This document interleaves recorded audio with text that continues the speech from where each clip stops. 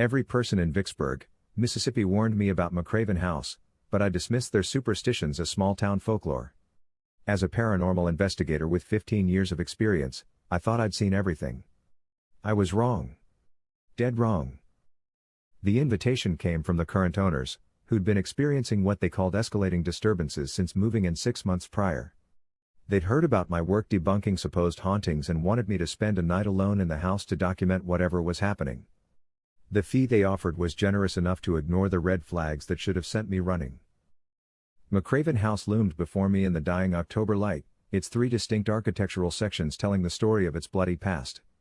Built in 1797 as a simple frontier home, it had been expanded twice, once in the 1840s and again in the 1860s. Each addition seemed to bring fresh tragedy. The original log cabin had witnessed the death of Mary Elizabeth Howard, the young wife who died giving birth in what was now the dining room. The Empire section had housed Confederate soldiers during the Civil War, many of whom had died from disease and wounds within its walls. The final Victorian addition had been completed just as yellow fever swept through the Mississippi Delta, claiming the lives of the Bob family who'd called McRaven home. As I approached the wraparound porch, my equipment cases heavy in my hands, I noticed how the shadows seemed to cling to the house longer than they should. Even as the sun set, darkness pooled around McRaven like it was being drawn there, pulled by some invisible force. The Spanish moss hanging from the ancient oaks whispered secrets I couldn't understand, and the very air felt thick with the weight of accumulated sorrow. The front door was original to the 1797 structure, thick oak scarred by time and weather. As I turned the key the owners had given me, I felt a chill that had nothing to do with the October evening. The door groaned open, revealing a hallway that stretched into shadows my flashlight couldn't quite penetrate. I stepped inside, and the door slammed shut behind me with a force that shook the entire frame. The sound echoed through the house like a gunshot, and in the reverberations, I swear I heard something else, a low moan that seemed to come from the walls themselves. "Just old wood settling," I muttered, but my voice sounded thin and unconvincing in the oppressive silence that followed. I began setting up my equipment in the main parlor, arranging EMF detectors, digital thermometers, and audio recorders throughout the room. The temperature was a steady 68 degrees, normal for an old house in autumn. The EMF readings showed nothing unusual. Yet something felt wrong. Terribly wrong. As I worked, I became aware of sounds, subtle at first, then impossible to ignore. Footsteps above me, soft and measured, as if someone was pacing back and forth in the upper rooms. But I knew I was alone. The owners had given me the only key, and I'd checked every room when I arrived. The footsteps stopped directly above where I stood. For a moment, complete silence. Then, a single drop of water landed on my forehead. I looked up at the ceiling, my flashlight revealing a dark stain spreading across the plaster. Another drop fell, this one landing on the back of my hand. In the beam of my light, I could see it wasn't water at all, it was thick and dark, with a metallic scent of blood. I stumbled backward, my equipment clattering to the floor. The stain above me continued to grow, now dripping steadily onto the antique carpet below. My EMF detector began screaming, its lights flashing in a pattern I'd never seen before. The temperature plummeted 15 degrees in seconds, my breath forming clouds in the suddenly frigid air. That's when I heard the voice. "Get out." It was barely a whisper, seeming to come from everywhere and nowhere at once. Female, young, filled with a desperation that made my blood run cold. My audio equipment hadn't picked it up, the voice had been meant for me alone. But I couldn't leave. Not yet. This was exactly the kind of phenomenon I'd been documenting for years. I forced myself to remain calm, to approach this scientifically. I grabbed my thermal imaging camera and began scanning the room. The viewfinder showed something that made my hands shake. In the far corner, barely visible as a cold spot, was the outline of a figure. A woman in a long dress, her arms outstretched as if reaching for something, or someone. As I watched, the figure began to move, gliding across the room toward me with impossible silence. I lowered the camera, but saw nothing with my naked eyes. When I raised it again, the figure was closer, much closer. I could make out details now, a young face twisted in anguish, eyes that seemed to burn with desperate need. Her mouth was moving, trying to form words I couldn't hear. The temperature dropped another 10 degrees. Ice began forming on the windows, and my breath came in sharp puffs. The figure reached out toward me, and I felt something brush against my cheek, fingers cold as winter death, gentle yet insistent. "Help! Me!" This time the voice was clearer, coming from right beside my ear. I spun around, but nothing was there.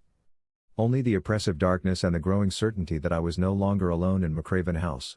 My rational mind tried to find explanations. Old houses made sounds. Temperature fluctuations were common. The bleeding ceiling could be a plumbing issue. But deep down, in a place that predated logic and science, I knew I was experiencing something beyond normal understanding. I decided to explore the upper floors, where the footsteps had originated.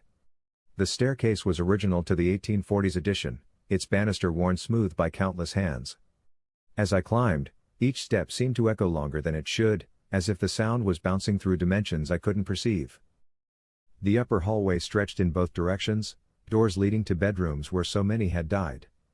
I chose the room directly above where I'd been standing, the master bedroom where Mary Elizabeth Howard had drawn her last breath. The door was already open, creaking softly on hinges that needed oil. Inside, moonlight filtered through lace curtains, casting intricate shadows on walls covered in period wallpaper.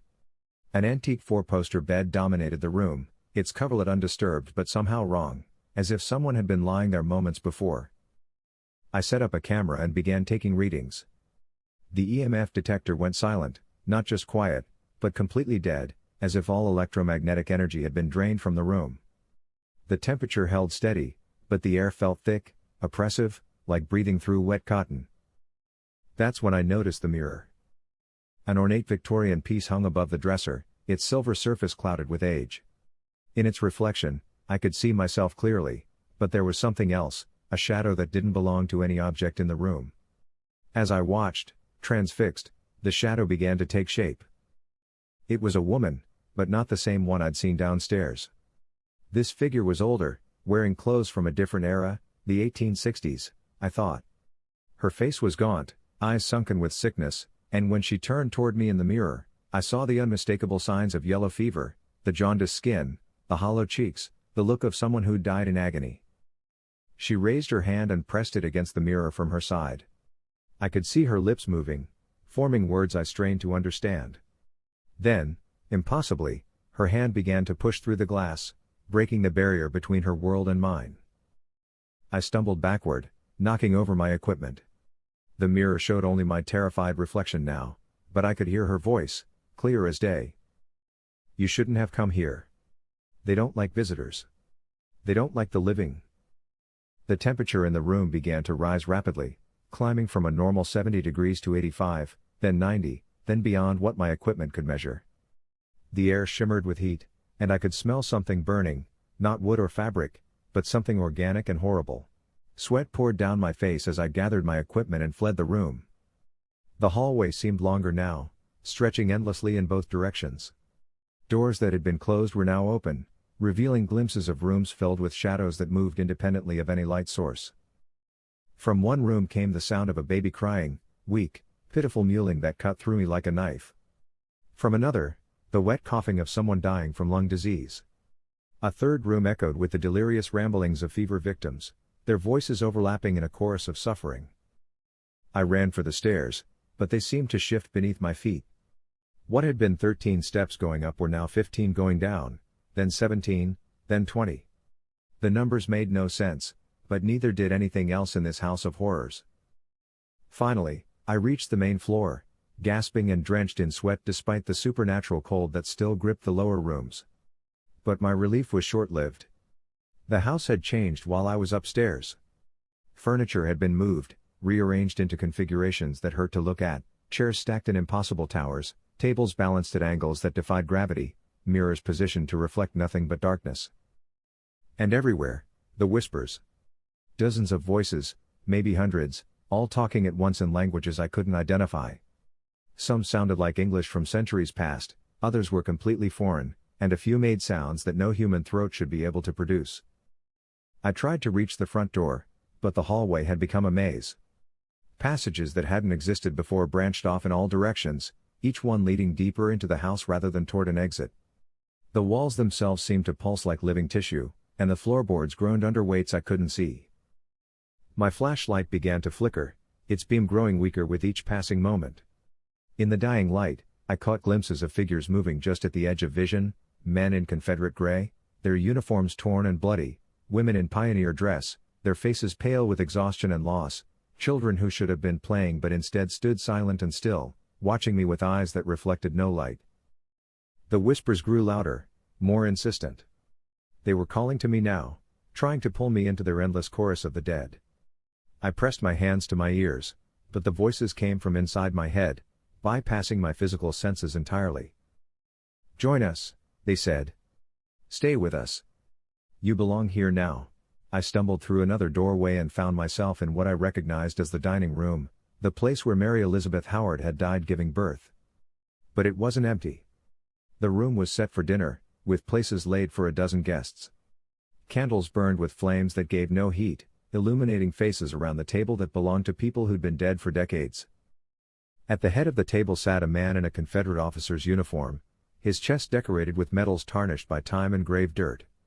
He looked up as I entered, his eyes reflecting the candlelight like those of a nocturnal animal. "Welcome," he said, his voice carrying the weight of authority even in death. "We've been expecting you. Please, take a seat. Dinner is about to be served." The other figures at the table turned toward me in unison, their movements unnaturally synchronized.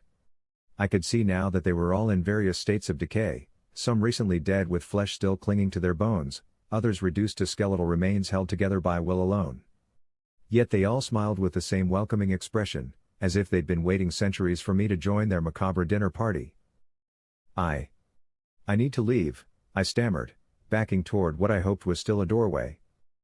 "Leave?" The officer laughed, a sound like wind through a cemetery. "But you just arrived. Besides, there is no leaving McRaven House.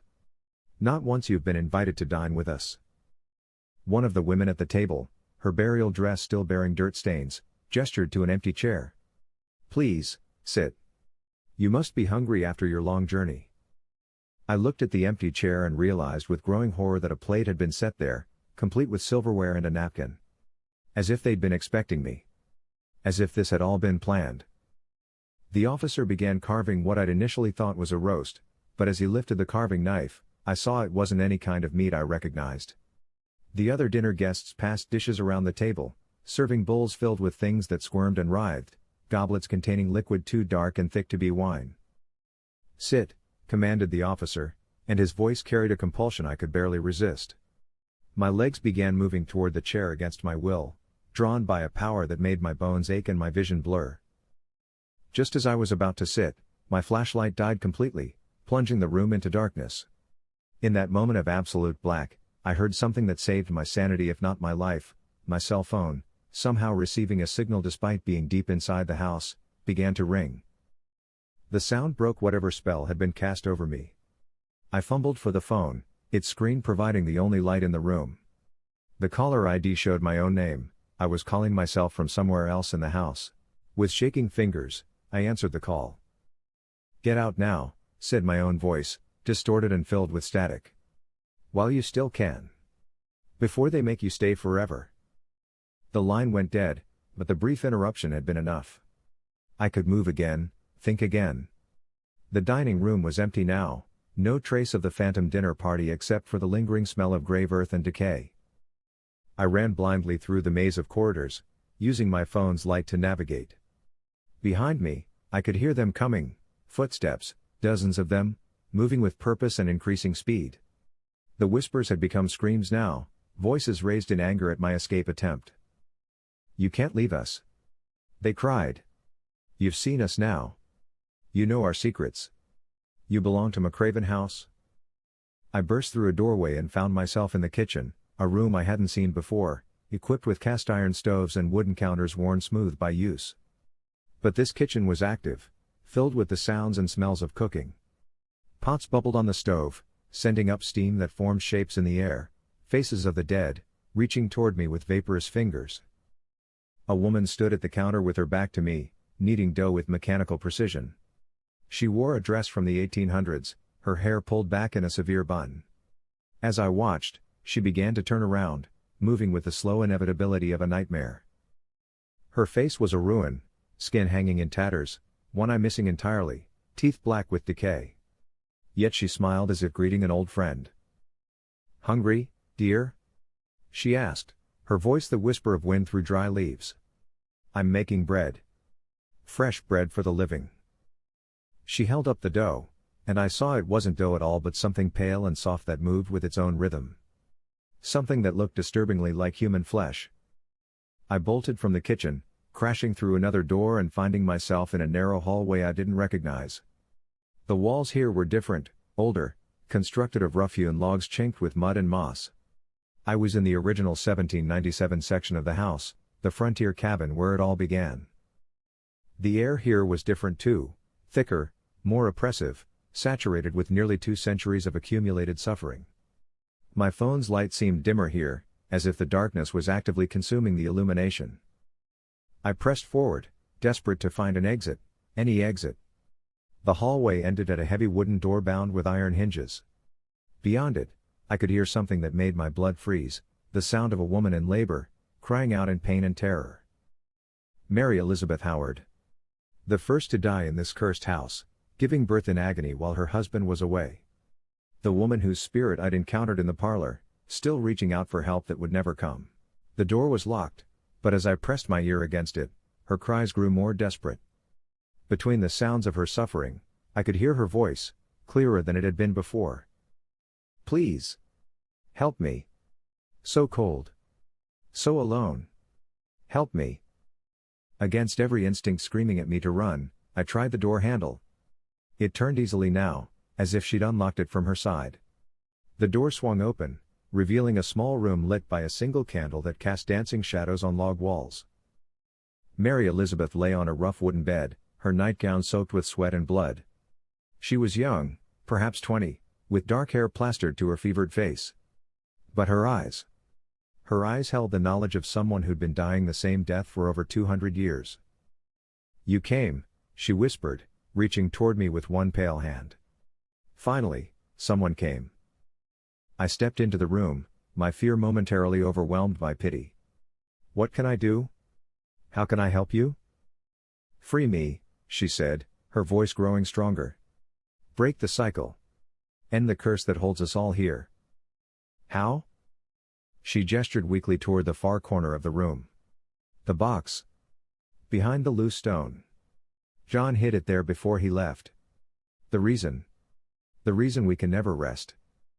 I followed her gaze and saw a section of the wall where one stone sat slightly askew from the others.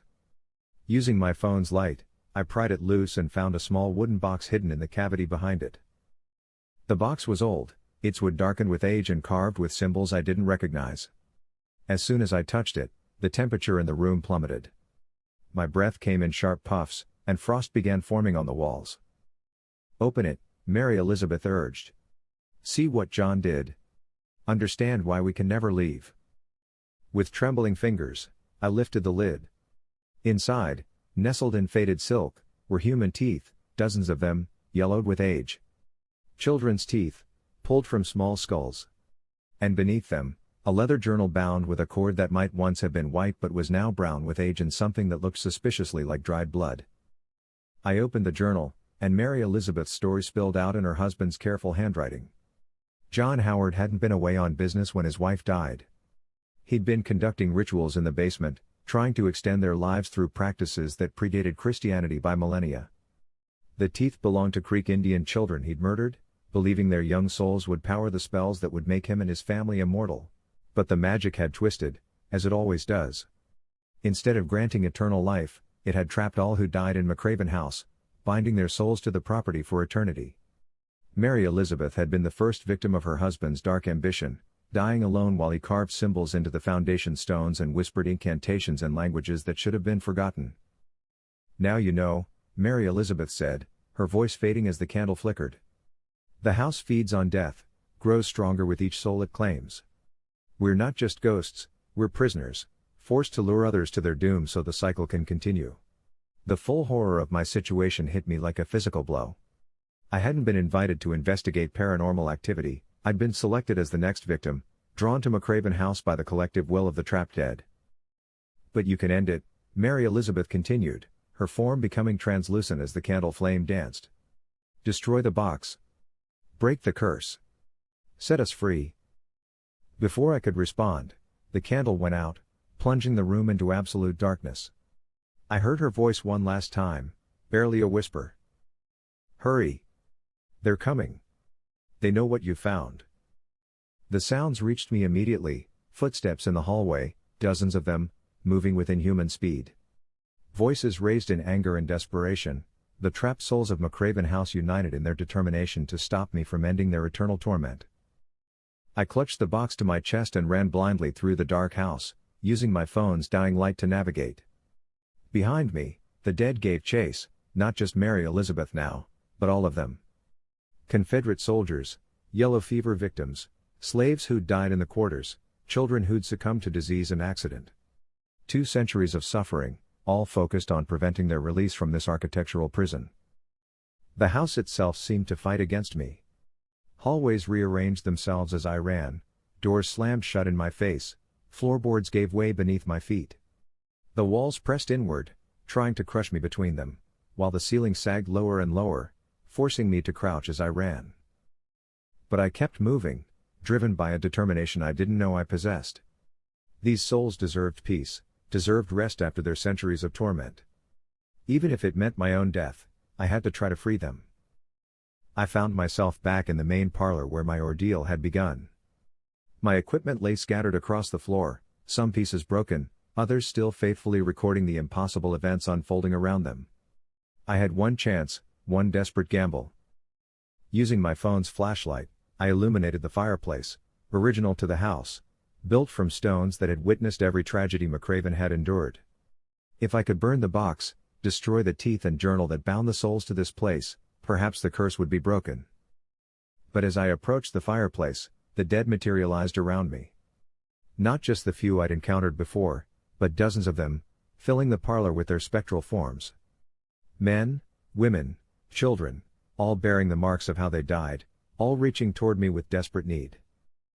Don't, pleaded the Confederate officer from the phantom dinner party. You don't understand.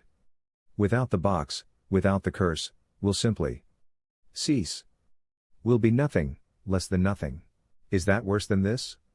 I asked, gesturing to the assembled spirits. Is non-existence worse than eternal suffering? The spirits looked at each other, confusion replacing the anger in their dead eyes. For many of them, trapped for so long in their torment, the concept of simple non-existence might actually be a mercy. But not all of them agreed. A group of darker spirits, those who'd embraced their cursed existence and learned to feed on the fear and despair of the living, pressed forward with malevolent intent. The living one dies here, hissed a woman whose flesh hung in rotting tatters. The box stays. The feeding continues. She lunged at me with claws that could somehow affect the physical world, raking across my chest and leaving burning wounds. Other malevolent spirits joined her, their forms growing more solid, more dangerous, as they drew power from my fear and pain. I fought back the only way I could, swinging the wooden box like a weapon. Where it struck the attacking spirits, they recoiled as if burned, their forms becoming less substantial. The box itself began to glow with a cold light, the symbols carved into its surface pulsing with otherworldly energy. The box has power over them, I realized aloud. It can destroy them completely. And that's when I understood the true choice before me. I could burn the box and potentially free the innocent souls while allowing the malevolent ones to simply fade away. Or I could use the box's power to actively destroy the evil spirits while risking the eternal imprisonment of those who didn't deserve such a fate. Mary Elizabeth appeared beside me, her form more solid than I'd ever seen it. Use it, she said urgently. Use the box to destroy the ones who've chosen evil, then burn it to free the rest of us. But hurry, the house is fighting back. She was right. The very structure of McRaven House was beginning to collapse around us, as if the building itself would rather be destroyed than allow its supernatural prisoners to escape. Plaster rained from the ceiling, support beams groaned under impossible stress, and the floor beneath our feet began to buckle and crack. I held the box high, its supernatural light growing brighter. The evil spirits shrieked and tried to flee, but the box's power held them fast. One by one, They were drawn into its radiance and consumed, their forms dissolving into wisps of shadow that were absorbed into the wooden surface. When the last of the malevolent dead had been destroyed, I turned toward the fireplace. The innocent spirits watched hopefully as I prepared to end their centuries of suffering. "Thank you," Mary Elizabeth said, her voice filled with gratitude and peace. "Whatever comes next, it has to be better than this." I threw the box into the fireplace, where it caught fire immediately despite the lack of kindling or logs. The flames that consumed it were unlike any earthly fire, cold and white, burning without heat but with an intensity that made me shield my eyes. As the box burned, the trapped souls began to fade. Not violently or with fear, but peacefully, as if finally being allowed to sleep after a nightmare that had lasted 2 centuries. Mary Elizabeth was the last to go, smiling at me with genuine warmth as her form became transparent and then vanished entirely. The house shook violently as the last of the spirits departed, foundation stones cracking as the supernatural forces that had held McRaven together for so long were suddenly released. I had perhaps minutes before the entire structure collapsed. I ran for the front door, dodging falling debris and navigating hallways that were folding in on themselves like origami. The house was dying, and it wanted to take me with it, one final victim to satisfy its hunger for death. The front door stood just ahead, but as I reached for the handle, a massive beam broke free from the ceiling and crashed down, blocking my path. I was trapped, just yards from freedom, as McRaven House prepared to become my tomb. But then I heard it, a voice I recognized, calling my name from outside. The homeowners had returned early, drawn by some instinct that their cursed property was finally meeting its end. Through a crack in the blocked doorway, I could see flashlights and hear multiple voices calling for me. "Here!" I shouted, pounding on the door. "I'm trapped in here." They must have heard me, because moments later I heard the sound of a chainsaw cutting through the fallen beam. The door burst open just as the upper floors began their final collapse, and strong hands pulled me to safety as McRaven House fell in on itself with a roar like thunder. I spent 3 days in the hospital recovering from smoke inhalation, cuts, and what the doctors politely termed extreme exhaustion. The homeowners were sympathetic but confused. They found it difficult to believe that their house had been demolished by supernatural forces rather than some kind of gas explosion or structural failure. The insurance company was less understanding, but eventually paid out after investigators could find no evidence of arson or negligence. The lot where McRaven House had stood was cleared and sold to developers who planned to build a modern subdivision. But I know they'll never succeed. Some ground is too saturated with suffering to support new life. The earth where McRaven stood will remain barren, a scar on the landscape that serves as a memorial to all who died there. As for me, I retired from paranormal investigation that very day. Some knowledge is too dangerous to pursue, some truths too terrible to uncover. I destroyed all my equipment and donated my files to a university library, hoping that future researchers might learn from my experience without having to repeat it. Sometimes, late at night, I still hear whispers, not the angry voices of the trapped dead, but gentle words of gratitude from souls finally at rest. Mary Elizabeth visits my dreams occasionally, appearing not as the tortured specter I met in McRaven House but as the young woman she was meant to be, free and at peace at last. The developers eventually gave up on the McRaven lot, claiming that their equipment kept malfunctioning and their workers refused to return after the first day. The land stands empty now, overgrown with weeds and brambles that seem to grow faster and thicker than nature should allow. Local children dare each other to walk across the vacant lot, but none ever make it to the other side. They all report the same thing, the feeling of being watched, of invisible hands trying to pull them down into soil that seems to shift and move beneath their feet. The city has declared the lot a public hazard and fenced it off, but fences can't contain the memory of evil. On quiet nights, when the wind is just right, people in the surrounding neighborhood report hearing sounds from the empty lot, the creak of old floorboards, the slam of doors that no longer exist, and sometimes, if they listen very carefully, the distant sound of dinner conversation from guests who will never leave the table. I've been asked many times to write about my experience at McRaven House, to document what I witnessed for the benefit of other paranormal researchers. But I've always refused, knowing that some stories are too dangerous to tell, some knowledge too corrupting to share. Until now. I'm dying, you see. Cancer, the doctors tell me, aggressive and inoperable. I have perhaps weeks left, and I find myself thinking more and more about that night in McRaven House.